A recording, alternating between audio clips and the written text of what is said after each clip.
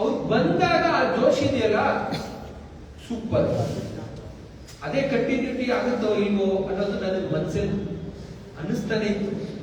But ಇವತ್ತು ನಾನು ನೋಡ್ತೀನಿ, ಮತ್ತೆ ಕೋರ್ಸಲ್ಲೂ ಕೂಡ ನಾನು ಅಬ್ಸರ್ವ್ ಮಾಡಿದ್ದೀನಲ್ಲ, ಅವನ್ ಲಾಗಿನ್ ಹಾಕೋದಾಗಿರ್ಬೋದು, ಲಾಗ್ಔಟ್ ಹಾಕೋದಾಗಿರ್ಬೋದು, ಗ್ರೂಪ್ ಅಲ್ಲಿ ಮೆನ್ಷನ್ ಮಾಡೋದಾಗಿರ್ಬೋದು, ಸ್ವಲ್ಪ ಲೇಟ್ ಆಗೋಯ್ತು ಅಂತ ಅಂದ್ರೆ ಅದು ಮತ್ತೆ ಆ ರಿಕ್ವೆಸ್ಟ್ ಅಲ್ಲಿ ಕೇಳಬೇಕು. ಅದಾದ್ಮೇಲೆ ಮತ್ತೆ ಕಾಲೇಜ್ ಮಾತಾಡ್ಬೇಕಾದ್ರೆ ಎಷ್ಟು ಅಟೆನ್ಷನ್ ಕೊಟ್ಟು ಮಾತಾಡ್ಬೇಕು. ನನ್ ಮನಸ್ಸು ಇಷ್ಟು ಪೇಷನ್ಸ್ ಇಲ್ಲ ಈ ವ್ಯಕ್ತಿಗೆ. ಈ ವ್ಯಕ್ತಿ ಮಾಡ್ಕೊಂಡು ಈವೆಂಟ್ ಮ್ಯಾನೇಜ್ಮೆಂಟ್ ಬೇರೆ ಫೀಲ್ಡ್ ಅಲ್ಲಿ ಹೋದ್ರು ಕೂಡ ಇವ್ರು ಸಕ್ಸಸ್ ಆಗ್ತಾರೆ. ಯಾಕೆ ಅಂದ್ರೆ ಒಬ್ಬ ಮನುಷ್ಯನಿಗೆ, ಬಿಸ್ನೆಸ್ ಮ್ಯಾನ್ಗೆ, ಒಬ್ಬ ಕೆಲಸ ಮಾಡೋರು ಬೇಕಾಗಿರೋದೆ ಫಸ್ಟ್ ಪಾಯಿಂಟ್ ಕಾರಣ. ಸೆಕೆಂಡ್ ಪಾಯಿಂಟ್, ನಮಗಿಂತ ಆಪೋಸಿಟ್ ಯಾರಿದ್ದಾರೆ ಅವ್ರನ್ನ ಅರ್ಥ ಮಾಡ್ಕೊಳ್ಬೇಕು. ಅದು ಬಂದ್ಬಿಟ್ರೆ ನಿಮ್ಗೆ ಯಾವ ಫೀಲ್ಡ್ ಎಲ್ಲಾದ್ರೂ ಗ್ರೋ ಆಗ್ಬೋದು. ಅಂತ ವ್ಯಕ್ತಿನ ನಿಮ್ಮೆಲ್ಲರ ಚಪ್ಪಾಳೆ ಮುಖಾಂತರ ಹಾರ್ಟ್ಲಿ ವೆಲ್ಕಮ್ ಮಾಡ್ತೀನಿ. ಮಿಸಸ್ ರಂಜಿತಾ ಮೇಡಮ್ಗೆ ಜೋರಾಗಿ ಕ್ಲಾಸ್ ಬರಲಿ, ದಯಮಾಡಿ ವೇದಿಕೆ ಬನ್ನಿ, ಜೋರಾಗಿ ಕ್ಲಾಸ್ ಬರಲಿ ರಂಜಿತಾ ಮೇಡಮ್ಗೆ. ಲೈಟ್ ಆಗಿ ಮ್ಯೂಸಿಕ್ ಹಾಕ್ಬೇಕು. ನೀವು ಮೊಬೈಲ್ ಯೂಸ್ ಮಾಡಬಾರ್ದು. ಲೈವ್ ಅಲ್ಲೂ ನೋಡ್ತಾ ಇದ್ದೀರಾ, ಲೈವ್ ಹೇಗೆ ಕನೆಕ್ಟ್ ಆಗುತ್ತೆ ಇದೆಲ್ಲ ಕೂಡ ನಿಮ್ಗೆ ಲೆಸನ್ ಅಂತ ಹೇಳ್ಬೋದು. ಮೇಡಮ್ ಬಹಳ ಖುಷಿ ಆಗುತ್ತೆ. ಕಂಗ್ರಾಚುಲೇಷನ್ಸ್ ನಿಮ್ಗೆ. ಫಸ್ಟ್ ಆಫ್ ಆಲ್ ಒಂದು ಕ್ಲಾಸ್ ಬರಲಿ ಸ್ನೇಹಿತರೆ. ಜೊತೆಗೆ ಈ ಮೈಕ್ ನ ಹಾಕೊಳ್ಳಿ.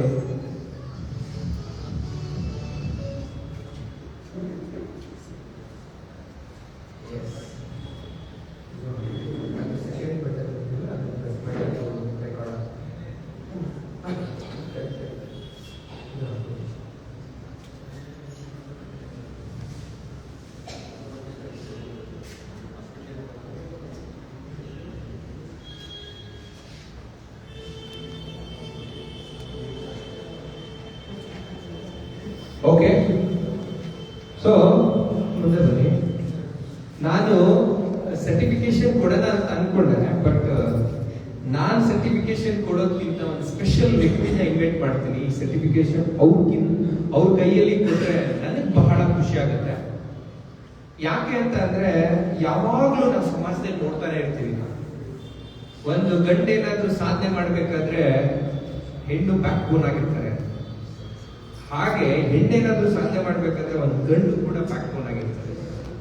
ಹಾಗೆ ಅವ್ರ ಹಸ್ಬೆಂಡ್ 1 ತಿಂಗಳಲ್ಲ 2 ತಿಂಗಳಲ್ಲ ರೀ, 6 ತಿಂಗಳು ಅಬ್ಸರ್ವ್ ಮಾಡಿದ್ದಾರೆ ನಮ್ಮ ಪೇಜ್ ನ. ಹೇಗೆ ಹೇಳ್ಕೊಡ್ತಾರೆ, ಹೇಗ್ ಮಾತಾಡ್ತಾರೆ ಅರುಣ್ ಸರ್, ಯಾಕೆ ಮಾಡಿದ್ದಾರೆ ಇನ್ಸ್ಟಿಟ್ಯೂಟ್, ಅದನ್ನೆಲ್ಲ 6 ತಿಂಗಳು ಸತತವಾಗಿ ನೋಡಿದ್ದಾರೆ. ಅದಾದ್ಮೇಲೆ ಅವರೇ ಇವ್ರಿಗೆ ಇನ್ಫ್ಲೂಯೆನ್ಸ್ ಮಾಡಿ ವಿಡಿಯೋಗಳು ನೋಡಿ, ಪೇಜ್ ನ ಅಬ್ಸರ್ವ್ ಮಾಡಿ, ಇಲ್ಲೇ ಹೋಗಿ ಕಲಿಬೇಕು, ಈ ಇನ್ಸ್ಟಿಟ್ಯೂಟ್ಗೆ ಹೋಗ್ಬೇಕು ಅಂತ ಕರ್ಕೊಂಡು ಬಂದು ಫಸ್ಟ್ ಡೇನೆ ನನ್ನ ಹತ್ರ ಮಾತಾಡಿ, ಅದೊಂದು ಸ್ಟೋರಿ ಬೋರ್ಡ್ ಇದೆ, ಇವ್ರ ಲೈಫ್ ಸ್ಟೋರಿ ಬೋರ್ಡ್ ಬಹಳ ಚೆನ್ನಾಗಿದೆ. ಸುಮ್ಮನೆ ಇಲ್ಲ ಅದು, ಆ ಒಂದು ಸ್ಟ್ರಗಲ್ ಸ್ಟೋರಿನೂ ಇದೆ, ಮತ್ತೆ ಏನಾದ್ರು ಮಾಡ್ಬೇಕು ಅನ್ನೋದಿದೆಯಲ್ಲ, ಅದು ಇವ್ರನ್ನ ನೋಡಿ ಕಲಿಬೇಕು, ಈ ಫ್ಯಾಮಿಲಿಯನ್ನ ನೋಡಿ ಕಲಿಬೇಕು. ಹೊಸದಾಗಿ ಒಂದು ಬಿಸ್ನೆಸ್ ಸ್ಟಾರ್ಟ್ ಮಾಡಿದ್ದಾರೆ, ಆ ಬಿಸ್ನೆಸ್ಗೂ ನಾನು ಸಪೋರ್ಟ್ ಮಾಡ್ತೀನಿ. ಈ ವೇದಿಕೆ ಮುಖಾಂತರ ಹೇಳ್ತಾ ಇದ್ದೀನಿ. ಜೊತೆಗೆ ನೀವೆಲ್ಲರ ಚಪ್ಪಾಳೆ ಮುಖಾಂತರ ರಂಜಿತಾ ಮೇಡಮ್ ಹಸ್ಬೆಂಡ್ ಅರುಣ್ ಸರ್ನ ಸ್ಟೇಜ್ ಮೇಲೆ ಇನ್ವೈಟ್ ಮಾಡ್ತಾ ಇದ್ದೀನಿ. ಜೋರಾಗಿ, ಇನ್ನ ಜೋರಾಗಿ ಬರಲಿ ಕ್ಲಾಸ್.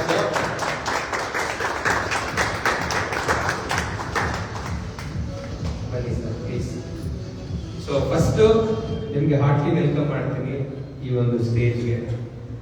ಅದ್ರ ಜೊತೆಗೆ ತುಂಬಾ ಖುಷಿ ಆಗುತ್ತೆ, ಫಸ್ಟ್ ಡೇ ಬಂದು ನೀವು ಮಾತಾಡಿದ್ರು, ಇವತ್ತು ಸ್ಟೇಜ್ ಮೇಲೆ ಬನ್ನಿ.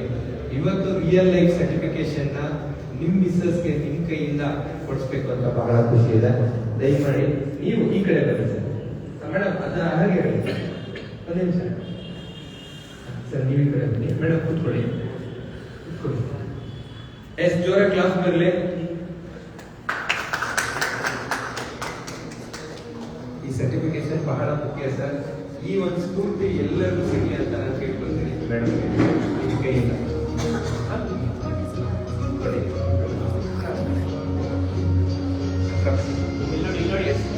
ಬಿಗ್ ಕ್ಲಾಸ್ ಬರಲಿ.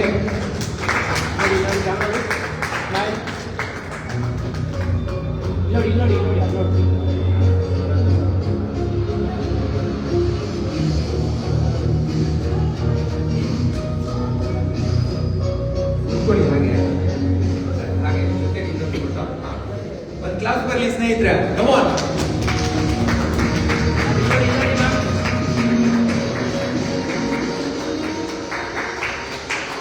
ಸಾಂಗ್ ಬೇರೆ ಹಾಕೊಳ್ಳಿ.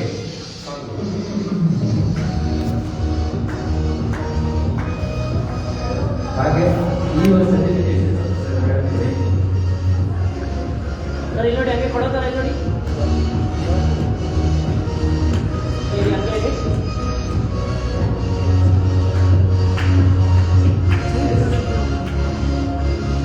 ಬೇಡ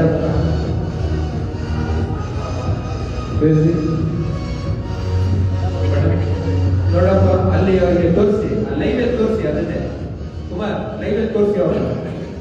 ನೋಡಿ, ನೀವು ಯಾವುದೇ ಇವೆಂಟ್ ಮಾಡಬೇಕಾದ್ರೂ ಒಂದು ಸೌಂಡ್ ಸಿಸ್ಟಮ್ ಆಗಲಿ ಯಾರಿಗಾಗಲಿ ಇದು complete live Kumar, no edit.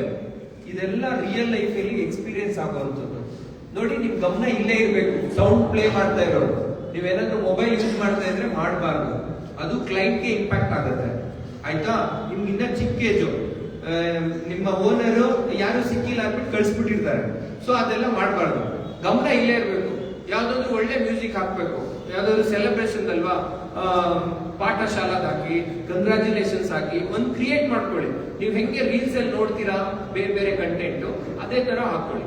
Network issue ಏನಾದ್ರು ಇತ್ತು ಅಂದ್ರೆ ವೈಫೈ ಕನೆಕ್ಟ್ ಮಾಡ್ಕೊಳ್ಳಿ. ಇನ್ ಮುಂದೆ ನೆಕ್ಸ್ಟ್ ಬರೋರಿಗೆ ಒಂದು ಒಳ್ಳೆ ಮ್ಯೂಸಿಕ್ ಪ್ಲೇ ಮಾಡಿ, ಮತ್ತೆ ನಮ್ ಟೀಮು ಕೂಡ ಅವ್ರಿಗೆ ಸಪೋರ್ಟ್ ಮಾಡಿ. ರಿಯಲ್ ಲೈಫ್ ಇದು, ಏನು ಹೈಡ್ ಇಲ್ಲ. ನಿಮ್ಗೆ ಅದಕ್ಕೆ ರಾ ಕೊಡ್ತಾ ಇದೀವಿ. ಏನೇ ಇದ್ರು ತಗೊಳ್ಳೋಣ, ಕರೆಕ್ಷನ್ ಮಾಡ್ಕೊಳ್ಳೋಣ. ಇವತ್ತು ನಾವೇ ಎಷ್ಟೊಂದು ಕರೆಕ್ಷನ್ ಮಾಡ್ಕೊಳ್ತೀವಿ, ಅದು ತುಂಬಾನೇ ಇಂಪಾರ್ಟೆಂಟ್ ಆಗುತ್ತೆ. ಸೊ ಈ ತರ ಓಕೆ ಮೇಡಮ್, ಏನ್ ಅನಿಸ್ತಾ ಇದೆ ಇವತ್ತಿನ ದಿನ? ಸರ್, ತುಂಬಾ ಖುಷಿ ಆಗ್ತಾ ಇದೆ. ನಮ್ದು ಇವಾಗ ಈ ಬ್ಯಾಚ್ ಎಲ್ಲ ಕಂಪ್ಲೀಟ್ ಆಗ್ತಾ ಇದೆ ಅಂತ ನಂಗೆ ಅನಿಸ್ತಾ ಇಲ್ಲ. ಯಾಕೆಂದ್ರೆ ನಾವು ಫಸ್ಟ್ ಗ್ರಾಜುಯೇಷನ್ ಅಂದ್ರೆ ಸ್ಟಾರ್ಟಿಂಗ್ ಫಸ್ಟ್ ವೆಲ್ಕಮ್ ಡೇ ಮಾಡಿದಾಗ ನಾನು ಬಂದಿರಲಿಲ್ಲ. ಸ್ವಲ್ಪ ದಿನ ನಂತರ ನಾನು ಅಡ್ಮಿಷನ್ ಆಯಿತು. ಲೇಟಾಗಿ ಬಂದೆ, ಬಟ್ ಆದರೂ ಕೂಡ ನನ್ನ ಅಡ್ಮಿಷನ್ಗೆ ನೀವು ನನಗೆ ಅವಕಾಶ ಕೊಟ್ಟು ನಮಗೆ ಅಡ್ಮಿಷನ್ ಆಗೋಕ್ಕೆ ತುಂಬ ಸಪೋರ್ಟ್ ಮಾಡಿದ್ದೀರಾ. ಅದಕ್ಕೆ ನಿಮಗೆ ಫಸ್ಟ್ ಥ್ಯಾಂಕ್ ಯು ಹೇಳ್ಬೇಕು ಸರ್. ನೆಕ್ಸ್ಟ್ ನಾವು ಇಲ್ಲಿ ಜಾಯ್ನ್ ಆದಾಗ ನನಗೆ ಟ್ರೈನಿಂಗ್ ಕೊಡ್ತು ನಮ್ಮ ಜಯಂತ್ ಸರ್. ಅವರು ಕೂಡ ನನಗೆ ತುಂಬಾ ಯಾವ ಥರ ನಾನು ಇಲ್ಲಿ ಬಂದು ಸ್ಟಡಿ ಮಾಡಬೇಕು, ಯಾವ ಥರ ನಾನು ಟೀಚಿಂಗ್ ಮಾಡೋದನ್ನ ಅರ್ಥ ಮಾಡ್ಕೋಬೇಕು, ಯಾವ ಥರ ನಾನು ಅದನ್ನ ಕಲ್ತ್ಕೋಬೇಕು ಅಂತ ಪ್ರತಿ ಸಾರಿ ನಾನು ಅರ್ಥ ಹೋಗ್ತಿದ್ದೆ ಸರ್. ನನಗೆ ಅರ್ಥ ಆಗ್ತಾ ಇಲ್ಲ ಗೊತ್ತು, ಎಲ್ರಿಗೂ ಗೊತ್ತಾಗ್ತಿದೆ, ಬಟ್ ನನಗೆ ಅರ್ಥ ಆಗ್ತಾ ಇಲ್ಲ ಸರ್. ಯಾಕಂತ ಗೊತ್ತಿಲ್ಲ ಅಂತ ಜಯಂತ್ ಸರ್ ಕೇಳ್ತಾ ಇದೆ. ಅವರು ಅವಾಗ ಹೇಳ್ತಿದ್ರು, ನಾನು ಏನು ಗೊತ್ತಾಗಿ ಫ್ಯಾಮಿಲಿ ವಿಮೆನ್ ಆಗಿ ನೀವು ಎಲ್ಲ ತಿಳ್ಕೊಂಡಿದ್ರೆ ಅದಕ್ಕೆ ಗೊತ್ತಿರೋ ನೀವು ಯಾರಿಗೂ ಗೊತ್ತಿರಲ್ಲ. ಇವರೆಲ್ಲ ಬ್ಯಾಚುಲರ್ಸ್ ಆಗಿರೋದ್ರಿಂದ ಸ್ವಲ್ಪ ಫೋನ್ ಜಾಸ್ತಿ ಯೂಸ್ ಮಾಡ್ತಾರೆ, ಸೋಷಿಯಲ್ ಮೀಡಿಯಾದಲ್ಲಿ ತುಂಬ ಇನ್ವಾಲ್ವ್ ಆಗಿರ್ತಾರೆ. ಅದರಿಂದ ಸ್ವಲ್ಪ ಬೇಗ ಫಾಸ್ಟ್ ಇರ್ಬೋದು. ಬಟ್ ನೀವು ಅವ್ರಿಗಿಂತ ಫಾಸ್ಟ್ ಇದ್ದೀರಾ, ನೀವು ಯಾವುದಲ್ಲೂ ಕಡಿಮೆ ಇಲ್ಲ ಅಂತೇಳಿ ನನಗೆ ತುಂಬ ಕೂತ್ಕೊಂಡು ನೀವೇನೇ ಇದ್ರೂ ನನ್ನ ಹತ್ರ ಬಂದು ಯಾವ ಟೈಮಲ್ಲಿ ಬೇಕಾದ್ರೂ ಅದನ್ನು ಕೇಳಿ, ಎಷ್ಟು ಸಲ ಬೇಕಾದ್ರೂ ನಾನು ಹೇಳ್ಕೊಡ್ತೀನಿ. ನೀವೇನು ಅದ್ರ ಬಗ್ಗೆ ಯೋಚನೆ ಮಾಡಬೇಡಿ, ಖಂಡಿತ ನಿಮ್ಮಿಂದ ಸಾಧ್ಯ ಅಂತೇಳಿ ನನಗೆ ಹೇಳ್ಕೊಟ್ಟಿದ್ದಾರೆ. ಅವರಿಗೆ ತುಂಬ ಥ್ಯಾಂಕ್ ಯು ಅಂತ ಹೇಳ್ತೀನಿ. ಜೈ ಸರ್, ಥ್ಯಾಂಕ್ ಯು. ಜರ್ನಿ ಇದೆಯಲ್ಲ, ಏನ್ ಕಲ್ತ್ಕೊಂಡ್ರಿ ಇಲ್ಲಿ? ಮೋಸ್ಟ್ ಇಂಪಾರ್ಟೆಂಟ್ ರಿಯಲ್ ಲೈಫ್ ಬೇಕಾಗಿರೋದು. ನಾವು ಟೈಟಲ್ ಬೇರೆ ಎಲ್ಲ ಹೇಳ್ತಾ ಇದ್ದೀವಿ. ರಿಯಲ್ ಲೈಫ್ ಜರ್ನಿ ಸ್ಟಾರ್ಟ್ ಮಾಡ್ತೀರಾ, ಇವತ್ತು ರಿಯಲ್ ಲೈಫ್ ಸರ್ಟಿಫಿಕೇಶನ್ ಸೊ ಅದ್ರ ಬಗ್ಗೆ ಹೇಳೋದಾದ್ರೆ ಸರ್, ರಿಯಲ್ ಲೈಫ್ ಸರ್ಟಿಫಿಕೇಶನ್ ಇದು ಜಸ್ಟ್ ನೀವು ನನಗೆ ಕೊಡ್ತಿರೋದು ಫಸ್ಟ್ನೇ ಸ್ಟೆಪ್ ಅಂತ ತಿಳ್ಕೊಳ್ತಿದ್ದು. ಇವತ್ತು ನಾನು ಕ್ಲಾಸ್ ಮುಗಿದೋಯ್ತು, ಇವತ್ತು ಗ್ರಾಜುಯೇಷನ್ ಆಗಿದೆ, ಇದಕ್ಕೆ ಮುಗಿದೋಯ್ತು ಅಂತ ಅನ್ಕೊಂಡಿಲ್ಲ. ಫಸ್ಟ್ ಡೇ ನಾನು ಇವತ್ತು ನನ್ನ ಲೈಫ್ನಲ್ಲಿ ನಾನು ಸ್ಟಾರ್ಟ್ ಮಾಡ್ತಾ ಇದ್ದೀನಿ. ಫಸ್ಟ್ ಸ್ಟೆಪ್ ನಾನು ಹೇಳ್ತಾ ಇದ್ದೀನಿ ಅಂತ ಅನ್ಕೊಂಡು ನಾನು ವಿಷಯ ಕೊಡ್ತಾ ಇದ್ದೀನಿ. ಮತ್ತೆ ನನಗೆ ಕಲ್ಚರಲ್ ಏನಂತ ಹೇಳಿದ್ರೆ ಇನ್ಸ್ಟಿಟ್ಯೂಟ್ ಮೇಲೆ ಫಸ್ಟ್ ನಾವು ಯಾರನ್ನ ಒಬ್ಬರು ವ್ಯಕ್ತಿ ನಮ್ಮ ಆಪೋಸಿಟಲ್ಲಿ ನಿಂತಿದ್ದಾರೆ ಅಂತ ಹೇಳಿದ್ರೆ ಅವರು ತುಂಬಾ ದೊಡ್ಡ ವ್ಯಕ್ತಿನ ಸಣ್ಣ ವ್ಯಕ್ತಿನ ಅದೆಲ್ಲ ಇಲ್ಲ. ಬಟ್ ಯಾರೋ ಒಬ್ಬರ ವ್ಯಕ್ತಿ ಹತ್ರ ನಾವು ಮಾತಾಡ್ತಾ ಇದ್ದೀವಿ ಅಂದ್ರೆ ಫಸ್ಟ್ ಅವರಿಗೆ ರೆಸ್ಪೆಕ್ಟ್ ಕೊಡಬೇಕು ಅನ್ನೋದನ್ನ ನಮ್ಮ ಅರುಣ್ ಸರ್ ನಮಗೆ ಹೇಳ್ಕೊಟ್ಟಿದ್ದಾರೆ. ಸೀನಿಯರ್ಗೆ ಯಾವಾಗಲೂ ರೆಸ್ಪೆಕ್ಟ್ ಕೊಡಬೇಕು, ಪ್ರತಿಯೊಬ್ಬರಿಗೂ ನಾವು ಏನಿದೆ ಅವರ ರೆಸ್ಪೆಕ್ಟ್ ಕೊಟ್ಟು ಅವ್ರು ಏನು ಮಾತಾಡ್ತಾ ಇದ್ದಾರೆ ಅದನ್ನ ಕ್ಲಿಯರ್ ಆಗಿ ಅಬ್ಸರ್ವ್ ಮಾಡಬೇಕು. ನಾವು ಅವ್ರಿಗೆ ಯಾವ ಥರ ಪ್ರಾಪರ್ ಆಗಿ ಆನ್ಸರ್ ಮಾಡಬೇಕು. ಮತ್ತೆ ಅವ್ರು ಆರ್ಗನೈಸರ್ ಆಗಬೇಕಂದ್ರೆ ನಮಗೆ ಫಸ್ಟ್ ಪೇಷನ್ಸ್ ಇರಬೇಕು. ಇದಿಷ್ಟು ನಾನು ಇನ್ಸ್ಟಿಟ್ಯೂಟಲ್ಲಿ ಕಲ್ತ್ಕೊಂಡಿದ್ದೀನಿ ಸರ್. ಫಸ್ಟ್ ನನಗೆ ಮಾತಾಡೋಕ್ಕೆ ಅರ್ಥ ಆಯಿತು, ಹೇಗೆ ಮಾತಾಡಬೇಕು, ಯಾರ ಹತ್ರ ಯಾವ ಟೈಮಲ್ಲಿ ಏನನ್ನ ಮಾತಾಡಬೇಕನ್ನ ನನಗೆ ಗೊತ್ತಿರಲಿಲ್ಲ. ಈಗ ನಾನು ನನ್ನ ಹಸ್ಬೆಂಡಿಗೆ ಕರ್ಕೊಂಡ್ಬಂದು ನನಗೆ ಜಾಯಿನ್ ಮಾಡಿಸಿದ್ದಕ್ಕೆ ಫಸ್ಟ್ ಆಫ್ ಆಲ್ ನನ್ನ ಹಸ್ಬೆಂಡ್ಗೆ ತುಂಬ ಥ್ಯಾಂಕ್ಫುಲ್ ಆಗಿರಬೇಕು. ಅವರಿಂದ ಮಾತ್ರ ಇಲ್ಲಿ ಬಂದು ನನ್ನ ಅಡ್ಮಿಷನ್ ಮಾಡಿದ್ರಿಂದನೇ ನನಗೆ ಅರುಣ್ ಸರ್ ಪರಿಚಯ ಆಗಿದ್ದು. ಅರುಣ್ ಸರ್ ನನಗೆ ಅವಕಾಶ ಕೊಟ್ಟಿದ್ರಿಂದನೇ ಜಯಂತ್ ಸರ್ ನನಗೆ ಟ್ರೈನರ್ ಆಗಿ ಸಿಕ್ಕಿದ್ದು. ಅದ್ರ ಜೊತೆ ಮೇಡಮ್ ಇಬ್ಬರು ದೀಪಾ ಮ್ಯಾಮ್ ಮತ್ತೆ ದಿವ್ಯಾ ಮ್ಯಾಮ್ ಕೂಡ ನನಗೆ ತುಂಬ ಸಪೋರ್ಟಿವ್ ಆಗಿದ್ದಾರೆ. ಪ್ರತಿಯೊಂದು ಹೆಜ್ಜೆಲ್ಲೂ ನೀವು ತುಂಬ ಸ್ಲೋ ಇದ್ದಾರೆ, ಫಾಸ್ಟ್ ಆಗಿ ಅಂತ ನನ್ನನ್ನು ಚೇರ್ ಅಪ್ ಮಾಡಿದ್ದಾರೆ ದಿನ ಕೂಡ. ಅವರಿಗೆ ತುಂಬ ಥ್ಯಾಂಕ್ಸ್ ದೀಪ್ ಮ್ಯಾಮ್ ಮತ್ತು ದಿವ್ಯಾ ಮ್ಯಾಮ್. ಮತ್ತೆ ನನ್ನ ಟೀಮ್ ಮೇಟ್ಸ್ ಆಗಿರ್ಬೋದು, ಪ್ರತಿಯೊಬ್ಬರು ಕೂಡ ನನಗೆ ಸಪೋರ್ಟ್ ಮಾಡಿದ್ದಾರೆ. ಒಂದು ನಿಮ್ದು ಯಾವ್ದಾಗುತ್ತೆ ಯಾವ್ದಾಗಲ್ಲ ಬಿಡಿ ನಾವು ಮಾಡ್ತೀವಿ ಅಂತ ಹೇಳ್ಬಿಟ್ಟು ನಮ್ಮ 4 ಮೆಂಬರ್ಸ್ ಏನು ಬಾಯ್ಸ್ ಇದ್ದಾರೆ ಗರ್ಲ್ಸ್ ಇದ್ದಾರೆ ಎಲ್ರಿಗೂ ತುಂಬಾ ಥ್ಯಾಂಕ್ ಯು. ನಿಮ್ಮ ಒಂದು ಪರ್ಸನಲ್ ಲೈಫ್ನಲ್ಲಿ ದೊಡ್ಡ ದೊಡ್ಡ ಆರ್ಗನೈಸರ್ ಆಗಬೇಕು. ನೆಕ್ಸ್ಟ್ ನಾವು ಬಿಸ್ನೆಸ್ ಮೀಟಿಂಗ್ ಬಂದಾಗ ನಾವೆಲ್ಲ ದೊಡ್ಡ ದೊಡ್ಡ ಬಿಸ್ನೆಸ್ ಪಾರ್ಟ್ನರ್ಸ್ ಆಗಿ ಮೀಟ್ ಮಾಡಬೇಕು ಅಂತ ನನಗೆ ಆಸೆ ಇದೆ. ನೀವೆಲ್ಲ ಕೂಡ ಅಚೀವ್ ಮಾಡಬೇಕು. ಎಲ್ಲದಕ್ಕೂ ಮೋಸ್ಟ್ ಇಂಪಾರ್ಟೆಂಟ್ ಏನಂದ್ರೆ ಸರ್ ಅರುಣ್ ಸರ್ಗೆ ನಿಮ್ ಕಡೆಯಿಂದ ಯಾವ ತರ ಥ್ಯಾಂಕ್ಸ್ ಹೇಳ್ಬೋದು ಈ ಸಂದರ್ಭದಲ್ಲಿ? ಯಾಕಂದ್ರೆ ಎಲ್ಲ ಏನೋ ಮ್ಯಾರಿಡ್ ವುಮೆನ್ಗಳಿಗೆ ಬ್ಯಾಕ್ ಬೋನ್ ಅನ್ನೋದೇ ಹೌದು ಸರ್. ಈಗ ಫಸ್ಟ್ ಇಂದ ಹೇಳ್ತೀನಿ, ನಾನು ಈಗ ಚಿಕ್ಕ ವಯಸ್ಸಲ್ಲಿ ನನ್ನ ಅಮ್ಮ ಏನಿದ್ದಾರೆ ಅವ್ರ ಫಸ್ಟ್ ನಾನು ಹೇಳಕ್ ಇಷ್ಟಪಡ್ತೀನಿ. ಯಾಕಂದ್ರೆ ನಾನು ಫಸ್ಟ್ ಹುಟ್ಟಿದ್ದು ನನ್ನ ತಾಯಿಯಿಂದ, ಅವರಿಂದಾನೇ ನಾನು ತುಂಬಾ ಬ್ಯಾಕ್ ಬೋನ್ ಆಗಿದ್ದು, ನಾನು ತುಂಬಾ ಕಷ್ಟಪಟ್ಟು ಸಿಂಗಲ್ ವಿಮನ್ ಆಗಿದ್ದು ನನ್ನ ತುಂಬಾ ಸ್ಟ್ರಗಲ್ಗಳನ್ನ ಫೇಸ್ ಮಾಡಿ ನನಗೆ ಅದು ಓದಿಸಿ ಎಜುಕೇಶನ್ ಕೊಡಿಸಿದ್ರು. ನಾನು MA ಡಬಲ್ ಡಿಗ್ರಿ ಮಾಡಿದ್ದೀನಿ, ಸೋಷಿಯಾಲಜಿಯಲ್ಲಿ ಡಬಲ್ ಡಿಗ್ರಿ MA ತಗೊಂಡಿದ್ದು ಶಿವಮೊಗ್ಗ ಶಂಕರಘಟ್ಟ ಯೂನಿವರ್ಸಿಟಿಯಲ್ಲಿ. ನನ್ನ ತಾಯಿ ನನಗೆ ಅಲ್ಲಿವರೆಗೂ ಓದಲಿಕ್ಕೆ ತುಂಬಾ ಸಪೋರ್ಟಿವ್ ಆಗಿದ್ದು, ಅವರಿಂದ ಓದೋಕ್ಕಾಗಿಲ್ಲ ಬಟ್ ನನ್ನ ಮಗಳು ತುಂಬಾ ಓದಬೇಕು ಅಂತ ಹೇಳ್ಬಿಟ್ಟು ನನಗೆ ಸ್ಟಡಿ ಕೊಡಿಸಿದ್ರು. ಆ ನಂತರ ನನಗೆ ಒಳ್ಳೆ ವ್ಯಕ್ತಿನ ನೋಡಿ ನನಗೆ ಮದುವೆ ಮಾಡಿಸಿದ್ರು. ಅದನ್ನ ನಮ್ಮ ಅಮ್ಮನಿಗೆ ಫಸ್ಟ್ ಥ್ಯಾಂಕ್ ಯು ಹೇಳ್ಬೇಕಾಗಿರೋದು. ನನ್ನ ಹಸ್ಬೆಂಡ್ ನನಗೆ ಸಿಗ್ಲಿಕ್ಕಾಗಲಿ ನನ್ನ ತಾಯಿ ಅವರು ನನಗೆ ಇವ್ರನ್ನ ನೀನ್ ಮದುವೆ ಆಗ್ಬೇಕು, ಇವ್ರನ್ನ ಮದುವೆ ಆದ್ರೆ ಮಾತ್ರ ನಿನ್ ಲೈಫ್ ಚೆನ್ನಾಗಿರುತ್ತೆ ಅಂತ ಹೇಳ್ಬಿಟ್ಟು ಇವ್ರನ್ನ ಚೂಸ್ ಮಾಡಿ ಕೊಟ್ಟಿದ್ದು ನನ್ನ ತಾಯಿ. ಅದಕ್ಕೆ ನಮ್ಮ ಅಮ್ಮಗೆ ನಾನು ಇಲ್ಲಿ ಥ್ಯಾಂಕ್ ಯು ಹೇಳಕ್ ಇಷ್ಟಪಡ್ತೀನಿ. ಮತ್ತೆ ಈ ತರ ನಾನು ಈ ತರ ಡ್ರೆಸ್ ವೇರ್ ಮಾಡ್ಕೊಂಡು ಈ ತರ ಸರ್ಟಿಫಿಕೇಶನ್ ತಗೋಬೇಕು ಅನ್ನೋದು ನನ್ನ ತಾಯಿನ ದೊಡ್ಡ ಡ್ರೀಮ್ ಆಗಿತ್ತು. ನಾನು ಎಜುಕೇಶನ್ ಕಂಪ್ಲೀಟ್ ಮಾಡುವಾಗ ನನಗೆ ಈ ತರ ಡ್ರೆಸ್ ಕೋಡಲ್ಲಿ ಈ ತರ ಸರ್ಟಿಫಿಕೇಟ್ ಎಲ್ಲ ತಗೊಳ್ಳೋಂಥ ಅವಕಾಶ ನನಗೆ ಅಲ್ಲಿ ಡಬಲ್ ಡಿಗ್ರಿ ಮಾಡಿದ್ರು ನನಗೆ ಸಿಗ್ಲಿಲ್ಲ. ಆಮೇಲೆ ನನ್ನ ಹಸ್ಬೆಂಡ್ ನನ್ನ ಟ್ಯಾಲೆಂಟ್ ನ ಗುರುತಿಸಿ ಅವ್ರಿಗೆ ಗೊತ್ತು ನಾನು ಎಷ್ಟು ಮಾತಾಡ್ತೀನಿ, ಅವ್ರಿಗೆ ಎಷ್ಟು ತಲೆ ತಿಂತೀನಿ, ಮನೇಲಿ ಎಷ್ಟು ಹಿಂಸೆ ಕೊಡ್ತೀನಿ ಅಂತ ಅವ್ರಿಗೆ ಗೊತ್ತಿದೆ. ಅದೆಲ್ಲ ಹೇಳ್ಬೇಕಾಗಿಲ್ಲ. ಆದ್ರೂ ಅವ್ರು ಅರ್ಥ ಮಾಡ್ಕೊಂಡು ನಾನು ಓದಿದ್ದೆ ಬಟ್ ಏನ್ ಮಾಡ್ಬೇಕಂತ ನನಗೆ ಗೊತ್ತಿರಲಿಲ್ಲ. ತುಂಬಾನೇ ಫೀಲ್ ಮಾಡ್ತಾ ಇದ್ದೆ ಇಂಡಿವಿಜುವಲ್ ಆಗಿ ಇರುವಾಗಲ್ಲ. ನಾನು ಅದನ್ನ ಅವರು ಕಂಡು ಹಿಡ್ಕೊಂಡು ನನ್ನ ಲೈಫಿಗೆ ಏನಾದ್ರೂ ಮಾಡಿ ನಾನು ಅಚೀವ್ ಮಾಡಿಸ್ಬೇಕು. ಯಾರು ನಮ್ಮ ಫ್ಯಾಮಿಲಿಯಲ್ಲಿ ಸಪೋರ್ಟ್ ಇಲ್ಲ, ನನ್ನ ಅತ್ತೆ ಮಾವ, ನನ್ನ ತಾಯಿ ಮತ್ತೆ ನನ್ನ ಗಂಡ ಮಾತ್ರ ನನಗೆ 4 ಪಿಲ್ಲರ್ಸ್ ಆಗಿ ಫುಲ್ ಸಪೋರ್ಟಿವ್ ಆಗಿದ್ದಾರೆ. ನನ್ನ ಮಗ ಕೂಡ ನನಗೆ ಸಪೋರ್ಟ್ ಮಾಡ್ತಾ ಇದ್ದಾರೆ. ಯಾಕೆಂದ್ರೆ ಈವೆಂಟ್ ಅಂತ ಫೀಲ್ಡ್ ಬಂದ್ರೆ ನಾವು ಎಷ್ಟು ಲೇಟ್ ಆದ್ರೂ ಕೂಡ ಮಿಡ್ ನೈಟ್ ಎಲ್ಲ ಒಂದಿನ ಮಾರ್ನಿಂಗ್ 4 ಗಂಟೆ 3 ಗಂಟೆ 2 ಗಂಟೆ ಟೈಮಿಂಗ್ಸ್ ಇಲ್ಲ, ಬಟ್ ಹಾರ್ಡ್ ವರ್ಕ್ ಮಾಡ್ಬೇಕಾಗುತ್ತೆ. ಸಿಂಗಲ್ ವಿಮೆನ್ಸ್ ಆದ್ರೆ ಪರವಾಗಿಲ್ಲ, ಬ್ಯಾಚುಲರ್ಸ್ ಆದ್ರೆ ನನ್ನ ಫ್ಯಾಮಿಲಿ ಇರೋದ್ರಿಂದ ಹಸ್ಬೆಂಡ್ ಮಗುನ ಕೂಡ ನೋಡ್ಕೊಂಡು ಮನೇಲಿ ಎಲ್ಲ ಕೆಲಸ ಮಾಡ್ಕೊಂಡು ಎಲ್ಲನೂ ಫುಲ್ ಸಪೋರ್ಟಿವ್ ಆಗಿ ನನಗೆ ಇಲ್ಲಿ ತನಕ ಬಂದು ಇವತ್ತು ಈ ಸರ್ಟಿಫಿಕೇಟ್ ತಗೊಳಕ್ ನನಗೆ ಮಾಡಿರೋದು ನನ್ನ ಹಸ್ಬೆಂಡ್. ಅದಕ್ಕೆ ನಾನು ತುಂಬಾ ಥ್ಯಾಂಕ್ ಯು ಹೇಳಕ್ ಇಷ್ಟಪಡ್ತೀನಿ.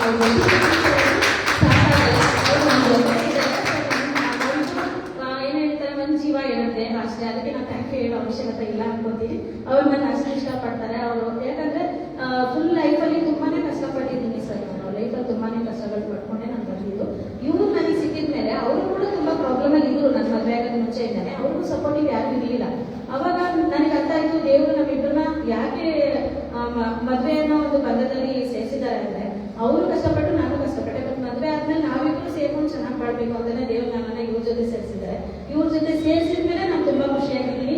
ನನ್ನ ಜೀವನದಲ್ಲಿ ಇವತ್ತು ಕಷ್ಟ ಅನ್ನೋದು ಪದಕ್ಕೆ ಬೇಜಾರು ಅಂತ ಯಾವತ್ತೂ ಅನ್ಕೊಂಡಿಲ್ಲ.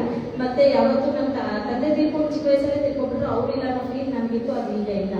ಎಲ್ಲರೂ ನನ್ನ ಅಣ್ಣ ತಮ್ಮ ಯಾರು ಇಲ್ಲ, ಬಟ್ ಅಕ್ಕ ಒಬ್ಬ ಇರೋದು ಅವ್ರ ಹ್ಯಾಂಡಿಕ್ಯಾಪ್ಟ್. ಸೊ ನಮ್ಮ ಅಮ್ಮನ ಬರಕ್ಕಾಗಿಲ್ಲ, ಅವಳನ್ನ ನೋಡ್ಕೋಬೇಕು, ಅವ್ರು ಬಂದಿಲ್ಲ. ಇವರು ಅದಷ್ಟು ಜನ ಫೀಲ್ ಮಾಡಿ ನನಗೆ ಇವತ್ತಿಗೆ ಈ ಸ್ಟೇಜ್ ಮೇಲೆ ಬಂದು ಈ ಸರ್ಟಿಫಿಕೇಟ್ ತಗೊಂಡು ಈ ಡ್ರೆಸ್ ಕೋಡ್ನೆಲ್ಲ ಇವತ್ತು ನಿಂತಿದ್ದೀನಿ ಅಂದ್ರೆ ನನ್ನ ತಾಯಿ ಅಲ್ಲಿಂದನೇ ಖುಷಿ ಪಡ್ತಾ ಇದ್ದಾರೆ, ಆಶೀರ್ವಾದ ಮಾಡಿದ್ದಾರೆ. ನನ್ನ ಅತ್ತೆ ಮಾವ ಕೂಡ ತುಂಬಾನೇ ಸಪೋರ್ಟ್ ಮಾಡಿದ್ದಾರೆ.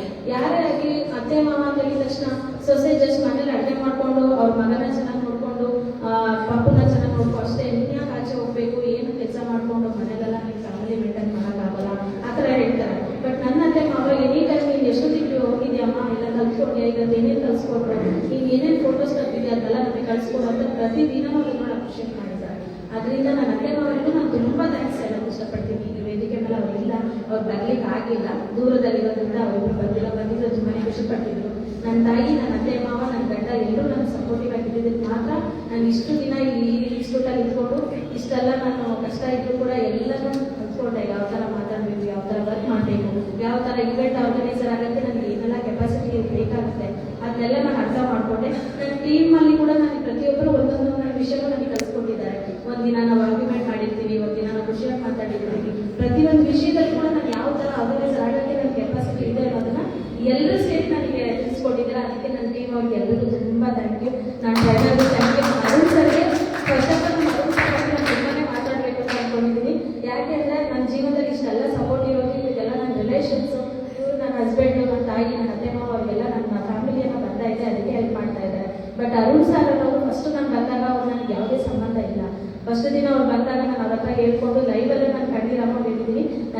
ಯಾವುದೇ ಅಚೀವ್ಮೆಂಟ್ ಮಾಡೋಕ್ಕಾಗಿಲ್ಲ ಸರ್, ನಾನು ಫೇಲ್ಯೂರ್ ಆಗ್ಬಿಟ್ಟಿದ್ದೀನಿ ಅನ್ಕೊಂಡೆ, ನನ್ನಿಂದ ಏನೂ ಮಾಡೋಕ್ಕಾಗಲ್ಲ ಅಂತ ಫುಲ್ಲಿ ನಾನು ಫುಲ್ ಸ್ಟಾಪ್ ಇಟ್ಕೊಬಿಟ್ಟೆ ನನ್ನ ಲೈಫ್ನಲ್ಲಿ. ಬಟ್ ಎಲ್ಲ ಟ್ಯಾಲೆಂಟ್ ಇದೆ, ಏನು ಮಾಡಬೇಕಂತ ಗೊತ್ತಿಲ್ಲ ಸರ್ ಅಂತ.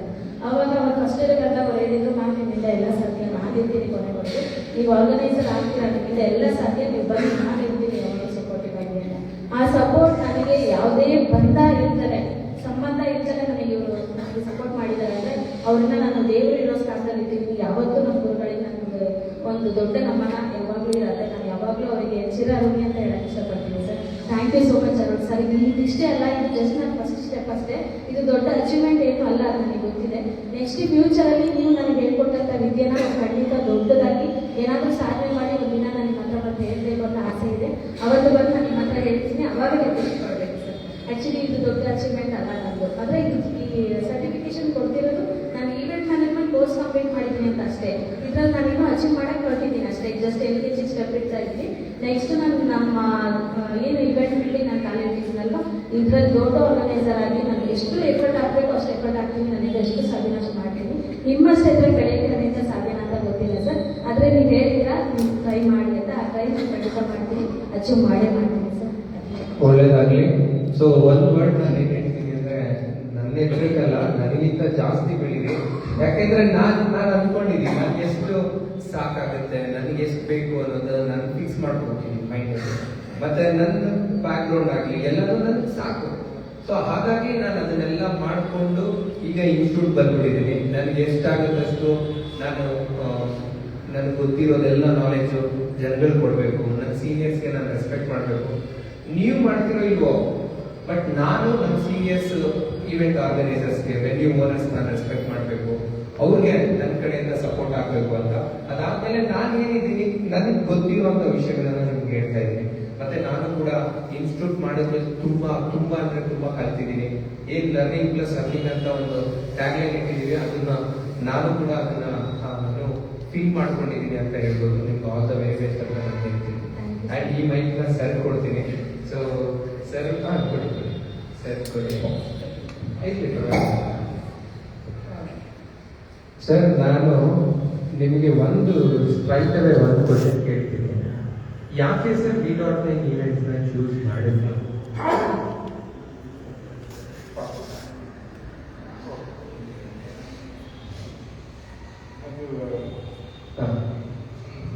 ಮಾತಾಡಿ. 6 months ಇಂದ ಫಾಲೋ ಮಾಡ್ತಾ ಇದ್ದೀನಿ ನಾನು. ಓಕೆ. ನಿಮ್ಮ ಪೇಜು ಅದರಲ್ಲಿ ಒಳ್ಳೆ ಇದು ಹೇಳ್ಕೊಡ್ತಾ ಇದ್ದೀನಿ. ಮತ್ತೆ ಅಲ್ಲ ಹೇಳಿ, ಮಾತಾಡಿ. ಈಗಲೂ ಲೈವ್ ಹೋಗ್ತಾ ಇದೆ, ಮತ್ತೆ ನೀವು ಪ್ರತಿ ಲೈವ್ ಮಿಸ್ ಮಾಡ್ತೀರಾ. ಯಾರಾದ್ರೂ ಒಬ್ರು ವೀವರ್ ಇದ್ದಾರೆ ಅಂದ್ರೆ ಅದು ಅರುಣ್ ಸರ್. ಸರ್ ಪ್ರತಿ ಲೈವ್ ನೋಡಿದ್ದೀರಾ ನೀವು, ಏನ್ ಅನಿಸ್ತಿದೆ ಸರ್? ಯಾಕೆ ಇದೆಲ್ಲ ಬೇಕಾ ಅಂತ ಲೈವ್ಗೆ? ನೋಡ್ತೀನಿ ಸರ್ ಎಲ್ಲನೂ ಹೆಂಗ್ ಮಾಡ್ತಾರೆ ಏನು ಅಂತ ಎಲ್ಲ ಸರ್, ನಿಮ್ಮ ವೈಫ್ ಇವತ್ತು ಈ ಒಂದು ಅದರಲ್ಲಿ ಅವರು ತುಂಬಾ ಎಮೋಷನಲ್ ವ್ಯಕ್ತಿ, ಅಷ್ಟನ್ನೇ ಇವತ್ತು ಈ ಒಂದು ಸರ್ಟಿಫಿಕೇಟ್ ಸರ್ ಇವತ್ತು ಖುಷಿಯಲ್ಲಿದ್ದೀವಿ. ಮತ್ತೆ ಏನ್ ಗೊತ್ತಾ ಸರ್, ಫ್ರಾಂಕ್ ಆಗಿ ಹೇಳ್ಬೇಕಂದ್ರೆ ಇವತ್ತು ನಾನು ಆಕ್ಚುಲಿ ಮೇಕಪ್ ಅಲ್ಲಿ ಬಂದಿದ್ದೀನಿ, ಅದು ಹೋಗ್ಬಾರ್ದಲ್ಲ, ಅದಕ್ಕೆ ಸರ್ ನಿಮ್ಮ ಮಿಸ್ಸಸ್ಗೆ ನಿಮ್ಮ ಕೈಯಿಂದ ಸರ್ಟಿಫಿಕೇಶನ್ ಏನ್ ಅನಿಸ್ತಾ ಇದೆ ಸರ್? ತುಂಬ ಖುಷಿ ಇದೆ ಸರ್. ಮತ್ತೆ ಇಲ್ಲಿ ಕಲ್ತಿದಾರಲ್ಲ, ಅದು ಏನ್ ಚೇಂಜಸ್ ಆಗಿದೆ ಅವ್ರು ಕಲ್ತಿರೋದ್ರಲ್ಲಿ? ಈ ಒಂದು ಕೋರ್ಸ್ ಏನೇನು ಚೇಂಜಸ್ ಆಗಿದೆ ಅಂತ ಅನ್ಸುತ್ತೆ? ಮಾತಲ್ಲಿ ಡಿಸಿಪ್ಲಿನ್ ತುಂಬ ಇದೆ. ಓಕೆ ಮತ್ತೆ ರೆಸ್ಪೆಕ್ಟು ಆಗಿದೆ. ಓಕೆ. ಇನ್ನು ಏನೇನು ಪಾಯಿಂಟ್ಸ್ ಅಬ್ಸರ್ವ್ ಮಾಡಿದ್ದೀವಿ? ಮತ್ತೆ ಹೆಂಗಿರ್ಬೇಕು ಅನ್ನೋದು, ಯಾರಿಗೆ ಹೆಂಗ್ ಮರ್ಯಾದೆ ಇರಬೇಕು. ಇವಾಗ ನೀವು ಓನಾಗೂ ಇನ್ನೊಂದು ಸ್ಟಾರ್ಟ್ ಮಾಡಿದ್ದೀರ, ಗಿಫ್ಟಿಂಗ್ ರಿಲೇಟೆಡ್. ಸೊ ಆ ಗಿಫ್ಟಿಂಗ್ ರಿಲೇಟೆಡ್ ಏನಾದ್ರು ಹೇಳೋದಾದ್ರೆ ವೀಕ್ಷಕರಿಗೆ? ಗಾರ್ಡನಿಂಗ್. ಓಕೆ.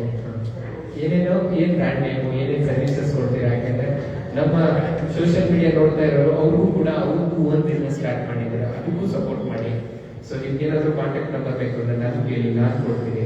ಅದನ್ನು ಸಪೋರ್ಟ್ ಮಾಡೋಣ, ಈವೆಂಟ್ಗೂ ಸಪೋರ್ಟ್ ಮಾಡೋಣ, ಎಲ್ಲ ಥರ ಸಪೋರ್ಟ್ ಮಾಡೋಣ. ಕಷ್ಟಪಡ್ತಾ ಇರೋದು ನಮ್ಮ ಕಂಪ್ನಿ ಹೆಸರು ಬಂದು ಹಸಿರು ಗಾರ್ಡನ್ ಸ್ಟೋರ್ ಅಂತ. ನಾವು ಮೈನ್ ಆಗಿ ಆರ್ಗ್ಯಾನಿಕ್ ವೆಜಿಟೇಬಲ್ ಗಾರ್ಡನ್ ಸೆಟಪ್ ಮಾಡ್ಕೊಳ್ತೀವಿ. ಮತ್ತೆ ರಿಟೇಲ್ ಸೇಲ್ಸ್ ಮಾಡ್ಕೊಳ್ತಾ ಇದ್ದೀವಿ. ಆ all over India, all over Bengaluru supply ಮಾಡ್ತೀವಿ, ಇನ್ಸೂರೆನ್ಸ್ ಮಾಡ್ತೀವಿ. ಎಲ್ಲಿ ಸರ್ ಆಫೀಸ್? ನಮ್ಮದು ಟಿ ದಾಸ್ ಗಡಿ ಸರ್, ಟಿ ದಾಸ್ ಗಡಿ ಮೆಟ್ರೋ. ಅಲ್ಲೇ ಈವೆಂಟ್ ಮತ್ತೆ ಇದು ಗಾರ್ಡನ್ ಎರಡು ಕೂಡ ಮಾಡ್ತೀವಿ. Events returns ಮಾಡ್ಕೊಡ್ತೇವೆ. ಸೊ ಏನಾದರೂ ನಿಮ್ಗೆ ಸರ್ವಿಸ್ ಬೇಕಂದ್ರೆ ದಯಮಾಡಿ ಕಾಂಟ್ಯಾಕ್ಟ್ ಮಾಡಿ. ನಮ್ಮ ಕನ್ನಡಿಗರು, ನಮ್ಮೂರು, ಅದ್ರ ಜೊತೆಗೆ ತುಂಬ ಕಷ್ಟಪಡುವಂಥ ಕಪಲ್ ಇವ್ರನ್ನಿಂದ ಸಪೋರ್ಟ್ ಮಾಡ್ತಾರೆ. ನನ್ನ ಕಡೆಯಿಂದ ನೀವು ಸಪೋರ್ಟ್ ಇದೆ. ಏನಾದರೂ ನೀವು ಆಸ್ ಎ ಹಸ್ಬೆಂಡ್ ಆಗಿ, ರಚಿತಾ ಮೇಡಮ್ ಹಸ್ಬೆಂಡ್ ಆಗಿ, ನೆಕ್ಸ್ಟ್ 8th ಬ್ಯಾಚ್ ಬರೋರಿಗೆ ಏನಾದರೂ ನಿಮ್ಮ ಕಡೆಯಿಂದ ಬಂದು ಕಿವಿ ಮಾತು ಸಜೆಷನ್ ಇರೋದು?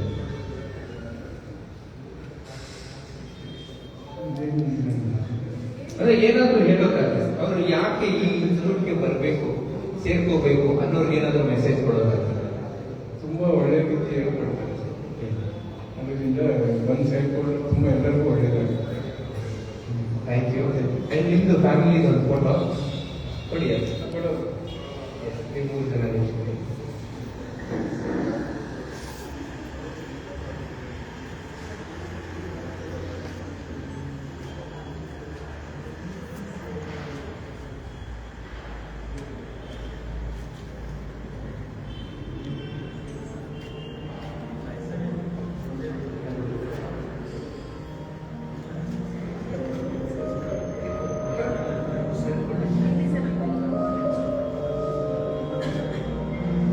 ದೇಶಕ್ಕೆ ಯೋಧ ನಾಡಿಗೆ ವೈದ ಬಾಳಿಗೆ ಗುರುವೊಬ್ಬ ನಾನು.